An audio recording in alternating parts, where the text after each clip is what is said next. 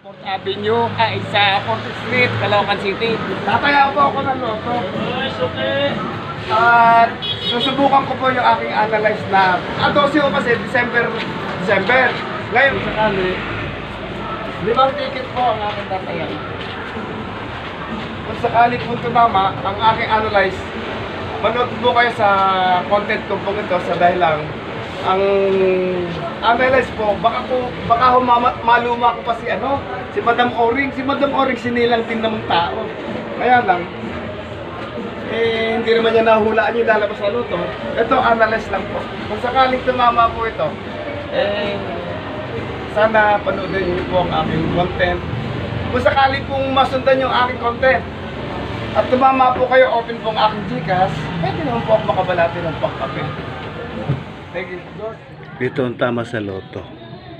Ito po ang galing sa analyze ng 12/4 August 25, 2023. Yan po ang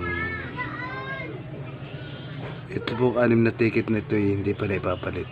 Ipapalit ko po ito sa main, sa Mandaluyong. Ito pong perang ito naipalit ko na ho yung ibang Rumble, Bookies at 3 outlet pong natayang ko sa aking analyze. 6 na ticket na tig-20. Isa, dalawa, 3, 4, 5, 6. Yan po ang date. Yan po ang analyze po sa 2D Lotto.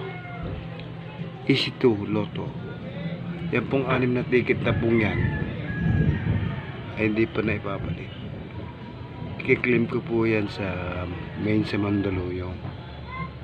Yan po ang aking panalo sa analyze. Sineshare ko lang po kasi na-analyze ko yung lumalabas po sa 2D Lotto. I-share ko at baka yung mahilig pong magsuma-suma sa mga number, may mapulot po kayo.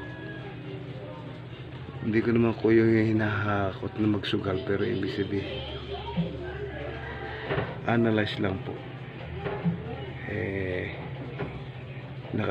Ngayon ay makakabili na ako ng bagong cellphone.